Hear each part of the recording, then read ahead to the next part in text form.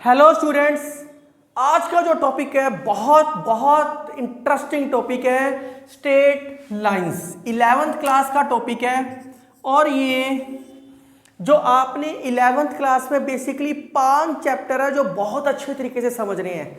मैं बता दूं आपको, relation function, relation and function, straight line, STRAIGST straight line,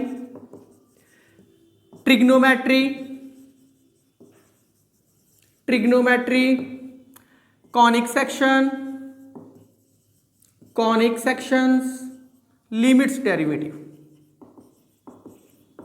limits and derivative, ये 5 चैप्टर +1 की जान है और बेसिकली +2 में यही काम आते हैं 5 का 5 चैप्टर।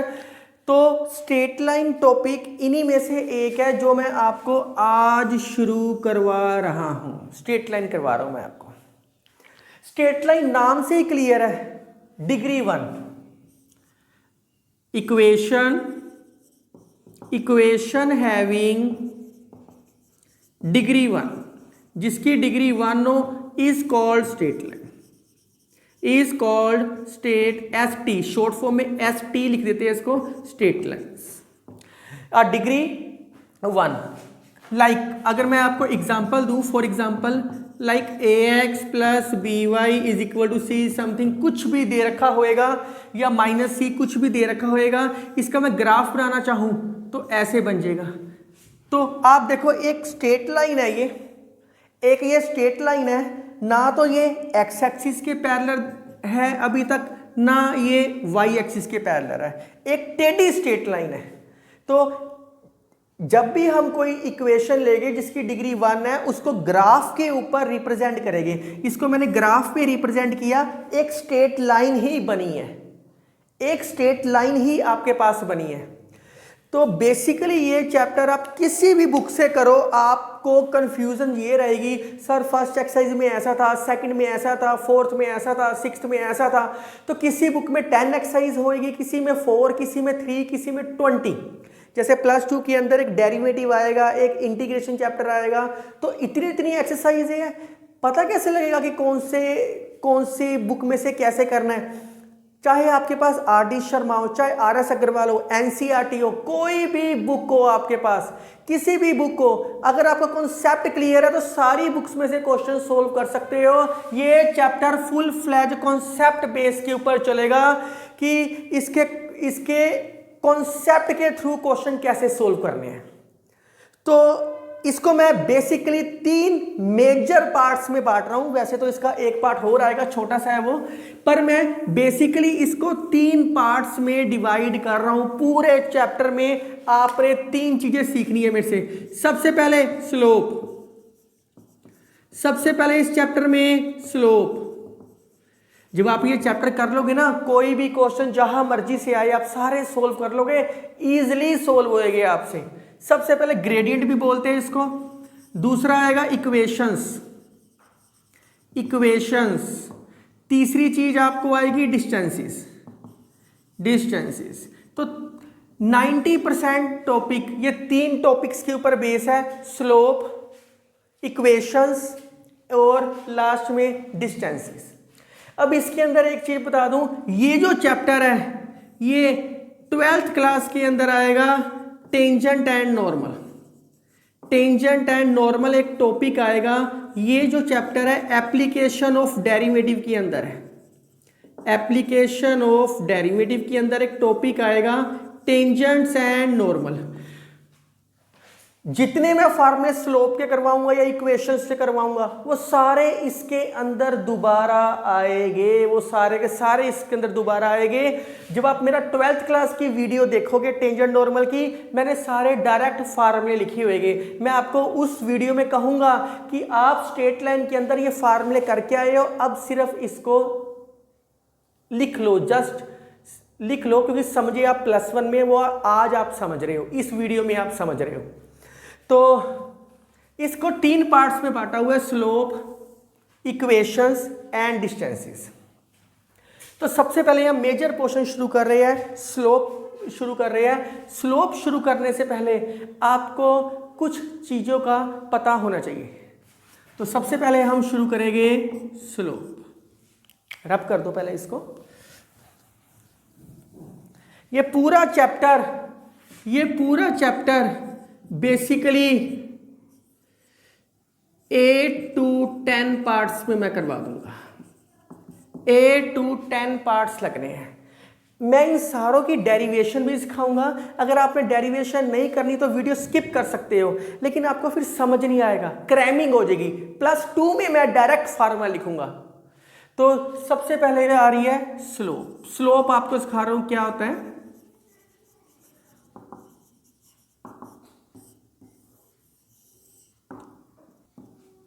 तो स्लोप क्या होता है? स्लोप होता है एक टेढ़ी लाइन। स्लोप का बेसिकली मीनिंग होता है ढलान। स्लोप का बेसिकली मीनिंग होता है ढलान। अब ढलान जैसी मर्जी हो सकती है। आप जब ग्राफ पे बनाओगे तो ढलान ऐसी भी हो सकती है। आप जब ग्राफ पे बना रहे हो तो ढलान ऐसी भी हो सकती है। जैसी मर्जी ढलान हो सकती है। ऐसा भी हो सकता है एक्स एक्सिस, ये वाई एक्सिस, ऐसी ढलान आ जाए। तो स्लोप का डिक्शनरी मीनिंग होता है ढलान। अब ये ढलान है, हमारे पास ये ढलान किसके ऊपर है? या तो एक्स एक्सिस के ऊपर है या एक्स और वाई एक्सिस के ऊपर है। जो ये ढलान है एक्स और वाई एक्सिस के ऊपर है। आप देख सकते हो ये सारी की सारी लाइन टेढ़ी लाइन। स्लोप मतलब टेढ़ी लाइन। जो ये टेढ़ी लाइन है, तो जैसे आपको पता कि यार कि टेढ़ी चीज है, इसको पहले सेटिंग करनी पड़ेगी इसकी। तो इसकी सेटिंग किसके साथ हो सकती है? एक्स एक्सिस के साथ या वाई एक्सिस के साथ। तो स्लोप की डेफिनेशन होगी position between x axis and y axis. X axis और वाई एक्सिस के बीच में इसकी पोजीशन कैसी है? Is called slope. स्लोप को मीन्स इसकी डायरेक्शन कैसी है। मीन्स अगर सिंपल मीनिंग में लिखूं तो एक्स एक्सिस और वाई एक्सिस के बीच में इसकी डायरेक्शन कैसी है? Is called slope. अब ये स्लोप है, इज कॉल्ड स्लोप। तो पोजीशन मतलब कितनी टेढ़ी है? 30 डिग्री है, 45 डिग्री है या 90 डिग्री से अबव है। तो इसकी पोजीशन कैसी है? Is called a slope. अब ये स्लोप समझने से पहले सबसे पहले आपको अगर ध्यान से देखो, इसका मतलब टेढ़ी लाइन की बात हो रही है ना, सारी टेढ़ी लाइन की, तो इंक्लिनेशन समझना पड़ेगा। सबसे पहले आपको समझना पड़ेगा इंक्लिनेशन। इंक्लिनेशन का डिक्शनरी मीनिंग होता है झुकाव। इंक्लिनेशन का डिक्शनरी मीनिंग होता है झुकाव। अब ये झुकाव कैसे पता लगता है? एंगल से पता लगता है। एंगल लिखते कैसे हैं इंक्लिनेशन की? Angle made by line with positive direction of x axis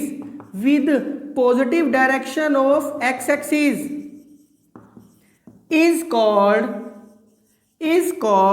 inclination. तो मैंने आपको क्या बताया? सबसे पहले आपको झुकाव समझना पड़ेगा। झुकाव कैसा है? ये झुकाव कैसे पता लगता है? एंगल से पता लगता है। कोई चीज हवा में भी हो, पहले उसको एक्स एक्सिस वाई एक्सिस के ऊपर रिप्रेजेंट करते हैं। मैंने आपको क्या बताया है? जो ये इंक्लिनेशन है, झुकाव है, पॉजिटिव एक्स एक्सिस के साथ होना चाहिए। ये इस लाइन के इस साइड होता है पॉजिटिव, इस साइड होता है नेगेटिव। पॉजिटिव एक्सिस के साथ होना चाहिए विद एंटी क्लॉकवाइज डायरेक्शन। अब पॉजिटिव एक्सिस के साथ तो ऐसे ही होएगा with anti clockwise direction. Bracket में लिख दिया मैंने। तो मैंने आपको कहा है कि एक्स एक्सिस के एंटी क्लॉकवाइज चलना है, is called inclination and denoted by theta.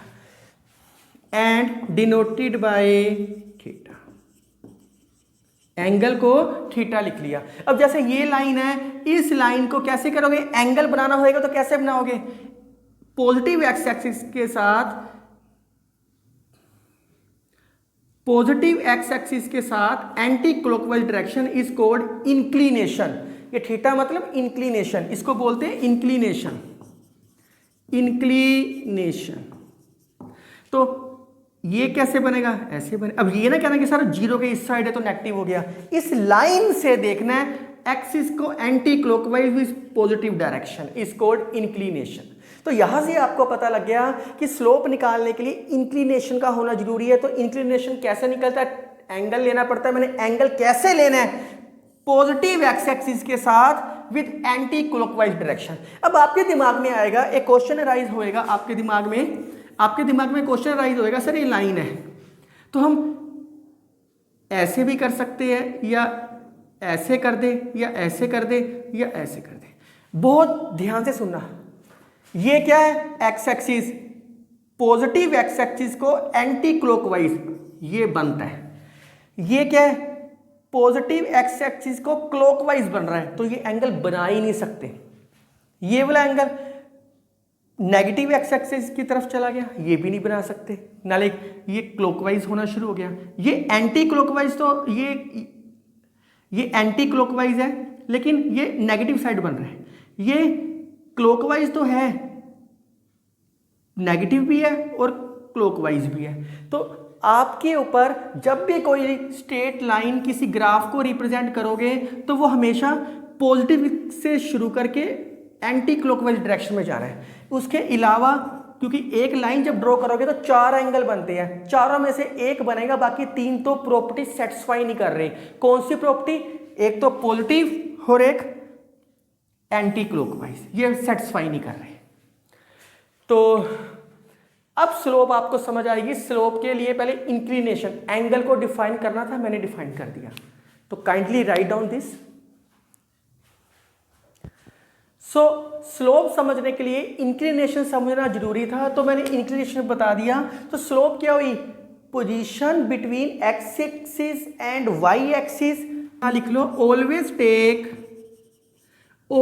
Take x axis for uniqueness. Always take x axis for uniqueness. Uniqueness के लिए मैंने एक्स एक्सिस ले ली, मतलब कि सबसे पहले मैंने एक लाइन ड्रॉ की, स्ट्रेट लाइन, उसके कॉरस्पॉन्डिंग इंक्लिनेशन बनाया। थीटा मतलब इंक्लिनेशन, और ये मैंने किसके रिस्पेक्ट टू लिया, एक्स एक्सिस के रिस्पेक्ट टू लिया। तो मैंने यूनिकनेस के लिए एक्स एक्सिस ले ली। एक्चुअली में ना तुम्हारी जो एनसीईआरटी की बुक है दे रखे theta belongs to 0, pi close bracket के अंदर। अगर 0, पाई क्लोज ब्रैकेट में दे रखा है तो इसका मतलब थीटा 0 होएगा या थीटा पाई होएगा। तो वो क्या होएगी, line parallel to x axis. तो दोनों पे सेम वैल्यू आ गई, पैरेलल टू एक्स एक्सिस। तो इसीलिए, पर मैं तो आपको यूनिकनेस के लिए कह रहा हूं कि ये यूनिक होना चाहिए।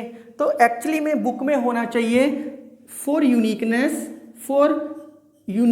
ऑफ इंक्लिनेशन मतलब एंगल के लिए आपको होना चाहिए theta belongs to 0, pi open bracket. Pi को क्लोज ब्रैकेट में नहीं करना, ओपन में होना चाहिए था।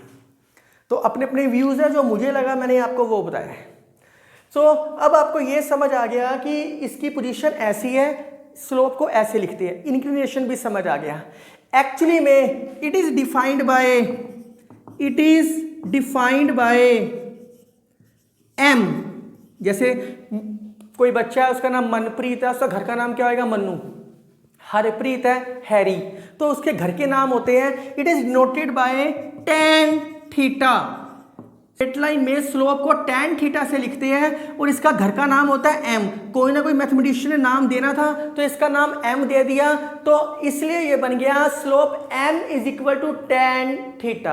अब आपके दिमाग में आएगा कि सर tan थीटा लिखा आपने, कोस क्यों नहीं लिखा या साइन क्यों नहीं लिखा? इसके पीछे लॉजिक है। जैसे कोई सर्कल है, आप 10th क्लास में करके आए हो, कोई सर्कल है, कोई सर्कल के ऊपर कोई पॉइंट है पी एक्स कोमा वाई, कोई सर्कल के ऊपर कोई पॉइंट है पी एक्स कोमा वाई। तो इस पॉइंट को फाइंड आउट करने के लिए क्या करते हो, टेंजेंट ड्रॉ करते हो। आप ऑब्वियसली है, जब भी इस पॉइंट को फाइंड आउट करना है तो आप एक टेंजेंट ड्रॉ करोगे। टेंजेंट ड्रॉ करने के बाद एक्सिस पे ले जाओ इसको, इसको एक्सिस पे ले लो। अब हवा में तो लेके जा नहीं सकते, इसको हॉरिजॉन्टल करना पड़ेगा। ये एंगल कोई भी ले लो, थीटा ले लो, क्योंकि ये स्ट्रेट लाइन है, इंक्लिनेशन थीटा आएगा। ये एक्सिस क्या है एक्स, ये एक्सिस क्या है वाई। तो अगर आप ध्यान से देखो आपके पास इस ट्रायंगल के अंदर क्या दे रखा है, एक तो आपने टेंजेंट ड्रॉ की, टेंजेंट ड्रॉ की तो यहीं से पता लग गया tan आएगा। तो tan के लिए क्या क्या होना चाहिए, परपेंडिकुलर होना चाहिए, बेस होना चाहिए। तो परपेंडिकुलर क्या है y, बेस क्या है x। तो इसलिए हम स्लोप को tan थीटा से डिनोट करते हैं। अब बार बार tan थीटा लिखना मुश्किल है, इसलिए इसका घर का नाम दे दिया m, स्लोप का नाम हो गया m is equal to tan theta. So m is equal to tan theta. अगर वो इसको t नाम देता हम t नाम दे देते, पर आपकी बुक्स में m है, मैंने m नाम दिया। tan सिर्फ इसी करके लिया, सर्कल के ऊपर कहीं भी कोई पॉइंट है उसके ऊपर एक टेंजेंट ड्रॉ करानी पड़ेगी। उस टेंजेंट को हॉरिजॉन्टल एंड वर्टिकली जब अप्रोच करवाएंगे तो वो बेस भी गिवन और हाइपोटेन्यूज, बेस भी गिवन और परपेंडिकुलर भी गिवन है। जब परपेंडिकुलर और बेस गिवन हो तो वो क्या होता है, tan होता है। सो यहां क्या आ गया, m is equal to tan theta क्या आ गया y बाय एक्स। तो y बाय एक्स लिखो ना लिखो, सिर्फ मैंने आपको बताने के लिए लिखा है। That is if theta is the inclination of a line, then tan theta is called slope। तो कोई लाइन टेढ़ी है, इसकी स्लोप कैसे निकलेगी, पहले एंगल बनाओ, इंक्लिनेशन लो, उसके कोरस्पोंडिंग क्या आया, tan थीटा आया। आपने करके देख लिया, tan थीटा आया। जो एंगल के कोरस्पोंडिंग वैल्यू आई उसको हम बोलते हैं स्लोप। अब आपकी बुक में स्लोप के 4-5 फार्मूले हैं, पहले मैं स्लोप के कॉन्सेप्ट करवा दूं, फार्मूले करवा दूं, उसके बाद आपको पता लग जाएगा कौन सी स्लोप का फार्मूला कहाँ लगाना है। तो write down please. So slope करते हैं। स्लोप का पहला फार्मूला आपने कर लिया m equal to tan theta. मैं आपको प्रॉपरली बताऊंगा कौन सा फार्मूला कहाँ लगना है। अब अगला स्लोप का ही फार्मूला, सेकंड नंबर का formula, slope of line having 2 point. Slope of a line having 2 point, slope of a line having 2 points. मैं आपको इसको प्रूफ करना सिखाऊंगा। अभी तक मैंने आपको स्लोप सिखाई है tan थीटा। tan क्यों लिया था, क्योंकि सर्कल को कोई लाइन टच करती हुई जा रही थी, टेंजेंट ड्रॉ करना पड़ना था। ये तो आपके दिमाग में आता सर कोट भी तो ले सकते हैं जब बेस और परपेंडिकुलर गिवन है।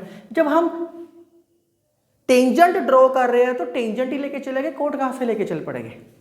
तो अगर कोट लेके चले गए तो वो नेगेटिव एक्स एक्सिस हो जाएगा, हमें चाहिए था पॉजिटिव एक्स एक्सिस। तो slope of a line having 2 points. तो बड़ा सिंपल है। पहले तो सबसे पहले एक लाइन ड्रॉ करो, जहां मर्जी कर लो, जैसे मर्जी कर लो। मैंने एक लाइन ड्रॉ की, मैं इसकी डेरिवेशन सिखा रहा हूं, आपने सीधा फार्मूले याद करने हैं। वो मैं लास्ट में जब ये स्लोप के मैं सारे फार्मूले सिखा दूंगा, मैं एक समरी बनाऊंगा, वो आपको समरी याद होनी चाहिए बस। तो ये एंगल थीटा लो, इंक्लिनेशन लोगे तभी तो स्लोप फाइंड आउट होएगी। सबसे पहले मैंने इंक्लिनेशन लिया थीटा, एक पॉइंट यहां ले लिया, थोड़ी सी लंबी लाइन ले लेते हैं यार, समझ आना आसान हो जाएगा। एक पॉइंट यहां ले लिया, फर्स्ट पॉइंट का नाम ले लिया x1 y1, सेकंड पॉइंट का नाम ले लिया x2 y2 ले लिया। तो बहुत प्यार से slope of a line having 2 points, let 2 points be A x1 y1 and B x2 y2। इसके बीच में से स्लोप निकालनी है, बहुत ध्यान से देखना। सबसे पहले इसको ड्रॉ कर दो, बहुत ध्यान से समझना। सबसे पहले इसको ड्रॉ कर दो। ड्रॉ करने के बाद ये वाला जो पॉइंट है ये कैसे आएगा, ये सारी चीज आपके पास x2 होएगी, ये सारी चीज आपके पास y2 होएगी, ये सारी चीज आपके पास x2 होएगी, ये सारी चीज आपके पास y2 होएगी। यहां तक तो आपको समझ आ गया इजीली। अब इस पॉइंट को भी ड्रॉ कर दो। इस पॉइंट को ड्रॉ करोगे तो क्या आएगा, सबसे पहले अब ये ना कहना कि सर ये आपने लाइन नेगेटिव एक्स एक्सिस ले ली, नेगेटिव एक्स एक्सिस नहीं ली। हम हमेशा जहाँ लाइन ड्रॉ होती है वहाँ से एंटी क्लॉकवाइज लेते हैं तो वो पॉजिटिव डायरेक्शन ही गिनी जाती है। तो अगर आपको जिस बच्चे को वहम है वो ऐसे भी ले सकता, कोई बात नहीं, पर यहाँ से थोड़ा सा अच्छा व्यू आ रहा है इसलिए मैंने ऐसे लिया। तो ये सारी की सारी चीज़ क्या होगी x1, ये सारी की सारी चीज़ क्या होगी y1। मैंने यही तो ड्रॉ कर रहा हूँ हर चीज़ में बार बार। तो बस अब ये एंगल थीटा है, इसको हॉरिजॉन्टली ड्रॉ कर दो, इसका नाम कोई दे दो c, और ये थीटा है तो ये भी थीटा होएगा by corresponding angle, by corresponding angle. बहुत ध्यान से देखना, हमें क्या चाहिए, इन दो पॉइंट्स की स्लोप चाहिए। ये दो पॉइंट कहाँ है, ट्रायंगल ए बी सी में। हमें ये सारा नहीं चाहिए, हमें तो ये हवा में दो पॉइंट थे, इनकी स्लोप चाहिए। स्लोप निकालने के लिए मैंने एक एंगल ले लिया थीटा, इसको हॉरिजॉन्टल लाइन बना के एक ट्रायंगल बना दिया। आपको AC चाहिए और BC चाहिए, आपको AC चाहिए और BC चाहिए। बहुत ध्यान से देखना, AC ये क्या आएगा, ये ले लो CD, ये क्या ले लो E, ये क्या आएगा, ये सारा x2 है, ये x1 है, तो ये क्या बन जाएगा x2 माइनस x1। ये सारा x2 है, यहां से लेके यहां तक सारा x2 है, ये x1 है, तो ये क्या हो जाएगा x2 माइनस x1, दोनों को प्लस कर लो x2 बनेगा। उसी तरीके से ये y1 है, तो ये हाफ क्या हो जाएगा y1, क्योंकि ऑपोजिट साइड्स इक्वल होएगी। ये सारा y2 है, ये y1 है, तो इतनी चीज क्या बन जाएगी, ये चीज y2 minus y1, y2 minus y1। तो यहाँ तक तो आपको समझ आ गया इजीली कि ये x2 माइनस x1 है, y2 माइनस y1 है, ये x2 माइनस x1 है, तो इसके पैरेलल क्या दे रखे हैं, ये दे रखे हैं, तो ये भी हमारे पास क्या हो गया x2 माइनस x1। मैं रिपीट कर देता हूँ सारा, ये सारा x2 है, ये x1 है, तो ये ऑटोमेटिकली x2 में से x1 माइनस कर दो। ये सारा y2 है, ये y1 है, तो ये निकालना है, y2 में से ये चीज़ माइनस कर दो, बीच वाली चीज़ बचेगी। तो स्लोप का फार्मूला बेसिकली क्या होता है, m is equal to tan theta. तो इन ट्रायंगल कौन सा लिया है, ए बी सी, क्यों, क्योंकि पॉइंट्स किसके बीच में है, ए बी सी, ए और बी पॉइंट है ना, तो एंगल तो बन ही गया थीटा। इसको और अच्छे तरीके से लिख लो, एंगल थीटा। तो tan थीटा का फार्मूला क्या होता है, p बाय p क्या दे रखा है आपके पास, y2 माइनस y1, b क्या दे रखे हैं आपके पास, x2 माइनस x1। इसीलिए जब भी 2 पॉइंट्स दे रखे होएंगे आपके पास, अब tan थीटा बीच में नहीं लिखना, क्योंकि थीटे को तो रिमूव करके हमने साइड्स लिखी है। तो आपके पास क्या फार्मूला आ गया, y2 minus y1 bye x2 minus x1। इसी से आपका सेकंड फार्मूला ड्राइव हो गया, y2 minus y1 bye x2 minus x1। पहला फार्मूला क्या किया है, m equal to tan theta. दूसरा फार्मूला कब किया है, m equal to y2 minus y1 by x2 minus x1। ये फार्मूला कैसे आया है, जब दो पॉइंट्स दे रखे हो, दो पॉइंट्स को सोल्व करके मेरे पास ये आ गया।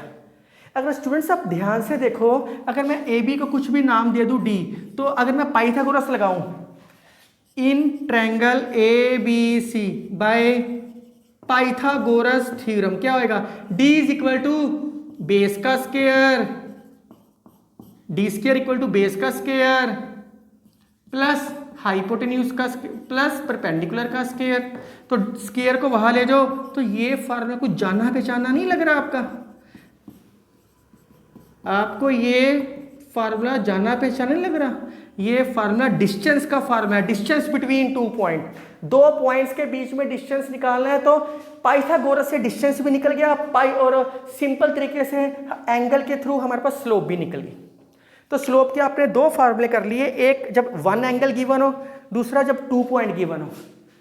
अब अगली स्लोप आती है एंगल बिटवीन 2 लाइंस, तो इसको लिख लो पहले आप। तो स्लोप में अगली चीज है angle between 2 lines, very very important, angle between 2 lines, angle between 2 lines. मैं आपको एक चीज बता दूं और, कि सारी स्लोप्स के 4-5 फार्मूले हैं, वो मैंने एक पैटर्न में सिखा रहा हूं, ताकि आप कोई भी क्वेश्चन करो आपको देख के पता लग जाए कि इस क्वेश्चन में स्लोप का ये फार्मूला है, इस क्वेश्चन में स्लोप का ये फार्मूला है। अगर आप एक्सरसाइज वांगू करोगे तो दुखी रहोगे, आपसे कभी क्वेश्चन सोल्व नहीं होएगा, प्रॉब्लम आएगी आपको। तो पहले समझ लो, अगर कोई भी एक लाइन है एक्स एक्सिस को कट करती है, तो इसमें दो बातें हो सकती हैं। तो एक तो इसमें दो एंगल हो सकते हैं बेसिकली, एक थीटा और ये दूसरा क्या आएगा 180 माइनस थीटा। तो एक क्या होता है एक्यूट, इसको बोलते हैं एक्यूट एंगल, इसको बोलते हैं ऑब्ट्यूस एंगल। एक्चुअली में आप देखो कि ये सप्लीमेंट्री है, सप्लीमेंट्री मतलब दोनों का सम 180 है, दोनों का सम करोगे ऑटोमेटिकली 180 बन जाएगा। तो वो देखो एंटी क्लॉकवाइज डायरेक्शन ही मैंने ली है, एंटी क्लॉकवाइज डायरेक्शन। तो एक एक्यूट एक ऑब्ट्यूस। ऐसा भी हो सकता है अगर कोई लाइन है इसी के ऊपर पैरेलल आ जाए तो उसके अंदर एंगल क्या होता है 0 डिग्री, उसके अंदर एंगल क्या होता है 0 डिग्री। तो आपके पास से वैसे ही बताया जब भी कोई लाइन एक्सिस को कट करती है तो दो एंगल बनते हैं, एक एक्यूट एक ऑब्ट्यूस। चलो वापस आते हैं, एंगल बिटवीन टू लाइंस। अब दो लाइंस का है, एक्सिस बनाओ, एंगल कब बनेगा, ऐसा तो नहीं है कि दोनों लाइनें ऐसी हो जाए पैरेलल हो जाए कुछ हो जाए, वो तो बात की कंडीशन है ना। तो आपस में कट तो करेगी ना तभी एंगल बनेगा, तो तभी इनके बीच में कोई एंगल बनेगा, सी बी थीटा। एक जो लाइन है इसकी स्लोप का नाम दे देता हूँ m1, इसकी स्लोप का नाम दे देता हूँ m2। एक्चुअली में ये एंगल क्या है θ1, m1 के कोरस्पॉन्डिंग θ1। ये बाहर से आएगा एंटी क्लॉकवाइज, ये भी बाहर से ही आया था, तो ये क्या हो गया θ2, ये क्या हो गया θ2।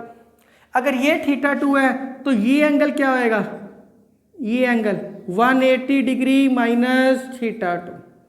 अभी तो बताया मैंने एक थीटा है तो एक 180 माइनस थीटा होएगा, तो ये θ2 है तो ये 180 माइनस θ2 है। एंगल का फार्मूला होता है, अब एंगल का फार्मूला करने से पहले आप इसी में से ड्राइव करने की कोशिश करते हैं। एक का नाम दे दो ए, एक का नाम दे दो बी, एक का नाम दे दो C. In triangle A B C, A B C triangle के अंदर क्या होता है sum of three angles of a triangle is 180 degree. तो क्या आएगा theta plus θ1 plus 180 degree minus θ2 is equal to 180। तो theta plus θ1 is equal to θ2। तो थीटा की हमें एंगल चाहिए, एंगल क्या नाम दिया उसको, दोनों को कटिंग होके थीटा, थीटा की वैल्यू निकाल लो θ2 माइनस θ1।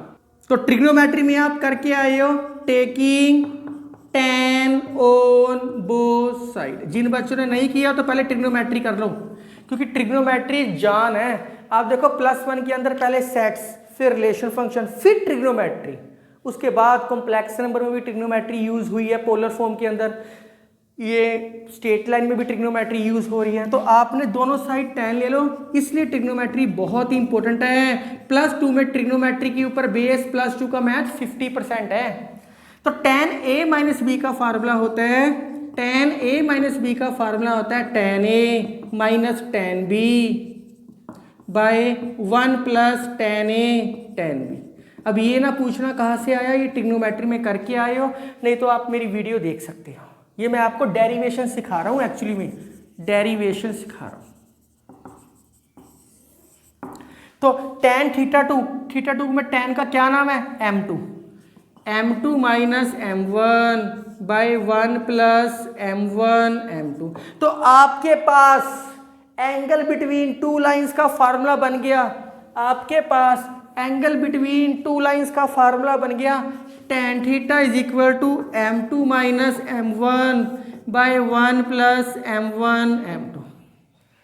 तो मैथमेटिशियन इसमें ना मोड लिया हुआ है, इस साइड मोड लिया हुआ है। मोड सिर्फ इसी करके लिया है, मोड सिर्फ इसी करके लिया है फॉर टेकिंग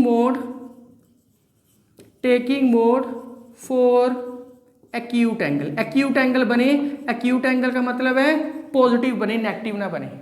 और कई टीचर इसको ऐसे भी लिख देते हैं, बुक्स में ऐसे भी लिखा हुआ है m1 minus m2 bye 1 plus m1 m2। कई ऐसे भी लिख देते हैं इसको m1 similar m2 bye 1 plus m1 m2। इसका मतलब है अगर m1 बड़ा है तो m1 पहले लिखना है, अगर m2 बड़ा है तो m2 पहले लिखना है। तो हमें एक ही फार्मूला करते हैं, मोड ले लेंगे ताकि वो पॉजिटिव साइन का बन जाए, हमें बार बार बुक्स की अकॉर्डिंग चलने की जरूरत नहीं है। तो आपके पास एंगल बिटवीन टू लाइंस का आ गया tan theta equal to m2 minus m1 या m1 minus m2 by 1 plus m1 m2। इसी से हमारी कुछ कंडीशंस ड्राइव हो रही है, उसके बाद हमारी स्लोप खत्म हो जाएगी और इसके बाद हम करेंगे समरी ऑफ स्लोप्स। स्लोप क्या क्या की है इसमें, केस 1 बनता है condition of parallel, condition of parallel. Parallel के अंदर पैरेलल में क्या होएगा, थीटा 0 होएगा। मैं आपको बता चुका हूं यूनिकनेस के लिए पाई लेके नहीं चलना, क्योंकि मैंने आपको ओपन ब्रैकेट में लिखवाया है पाई, तो पाई लेके नहीं चलना। तो tan 0 होएगा, tan 0 क्या होता है 0, ये मल्टीप्लाई हो जाएगा, क्या हो जाएगा 0। आपके पास क्या आ गया m2 minus m1 equal to 0, तो m1 किसके इक्वल आ गया m2। तो दोनों स्लोप्स आपस में क्या होगी इक्वल। ये इक्वल कब हुई है, जब वो क्या है पैरेलल। तो स्लोप्स आर इक्वल, आप ऐसे लिख लो parallel lines have equal slope, parallel lines have equal slopes. Case 2 second condition के अंदर कंडीशन ऑफ परपेंडिकुलर ले लेते हैं। कंडीशन ऑफ परपेंडिकुलर में क्या होता है, थीटा 90 होता है। अगर थीटा 90 होएगा tan 90 क्या होता है, tan 90 होता है 1/0, tan 90 होता है 1/0। तो मैं लिख देता हूँ पूरा m2 minus m1 1 plus m1 m2, tan 90 क्या होता है 1/0, m2 minus m1 by 1 plus m1 m2, cross multiply कर दो तो 1 प्लस m1 m2 क्या आ गया आपके पास 0। तो m1 m2 की वैल्यू क्या आ गई आपके पास -1। इससे कंडीशन क्या हुई, अगर वो परपेंडिकुलर है दोनों स्लोप्स की मल्टीप्लाई किसके इक्वल आ गई -1 की equal. That is product of slopes of perpendicular lines is -1, that is m1 m2 equal to -1। m1 की वैल्यू, अगर आपने m1 की वैल्यू निकालनी है दूसरी को रेसिप्रोकल करके नेगेटिव लगा दो, अगर m2 की वैल्यू निकालनी है दूसरी को रेसिप्रोकल करके नेगेटिव लगा दो। तो इस पूरी स्लोप आपकी खत्म होगी। इस स्लोप की समरी आपने क्या की है, तो मैं इसका एक पेज बना देता हूँ, एक लिखता हूँ कि जिस बच्चे ने सारी वीडियो नहीं देखनी ना देखना, देख लोगे तो कॉन्सेप्ट क्लियर हो जाएंगे, आप डायरेक्ट समरी भी कर सकते हो। तो इसकी समरी क्या है स्टूडेंट्स, इसकी समरी देखते हैं कि आपने पूरे टॉपिक के अंदर क्या क्या किया है। सबसे पहले चीज क्या की है आपने,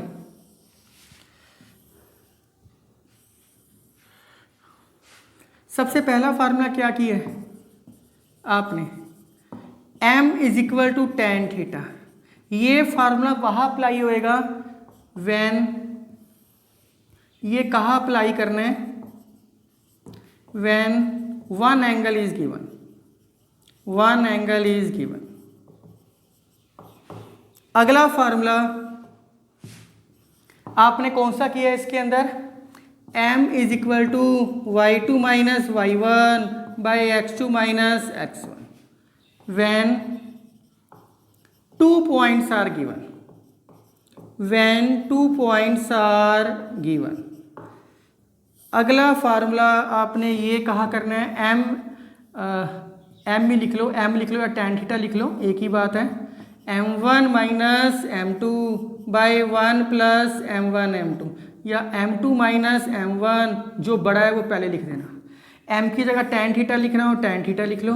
ये फार्मूला कहाँ अप्लाई करना है, व्हेन 2 एंगल्स आर गिवन। अगला आपने इसी में से किया है m1 is equal to m2 दे रखा होगा, ये कहाँ अप्लाई करना है, when parallel slope given, parallel slopes given. अगला फार्मूला फिफ्थ फार्मूला कहाँ अप्लाई करना है, ये m1 m2 equal to -1 when perpendicular, when perpendicular slopes given, when perpendicular slopes given।